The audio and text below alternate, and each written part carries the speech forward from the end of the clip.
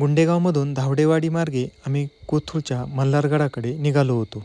हा गड डोंगरावर आहे आणि कोथरूडगाव गडाच्या पश्चिमेला पायथ्याशी वसलेला आहे. या डोंगराचा प्रवास सुरू होताच कमानीतून प्रवेश केला आणि इथूनच खंडेरायाचं दर्शन झालं. पण मनाला अजून जवळून भेटायची ओढ लागली होती.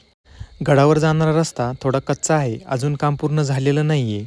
मित्रांनो, आमचं मूळ गाव हे कोळगाव आहे. खूप वर्षापूर्वी काही लगड तिकडं हिवऱ्याला गेले आणि तिकडचेच झाले. पण कुठेही राहत असलो तरी देवासाठी आपल्या मूळ गावी परत यावंच लागतं. चंपाषष्ठीला इथे मोठी यात्रा असते, पण त्या दिवशी आम्हाला इथे येता येत नाही, कारण आमच्यासाठी देव आमच्या गावाला म्हणजे हिवऱ्याला आलेला आहे. म्हणून त्या दिवशी आमची यात्रा गावातच भरते आणि या षष्टीला हिवऱ्याच्या सगळ्या लगड कुटुंबांची यात्रा इथे कोथरूडमध्ये भरते. हीच आमची जुनी पिढ्यानपिढ्या चालत आलेली परंपरा आहे. जसजशी डोंगराची वळणे संपत होती तसतसं मल्हारगड जवळ येत चालला होता.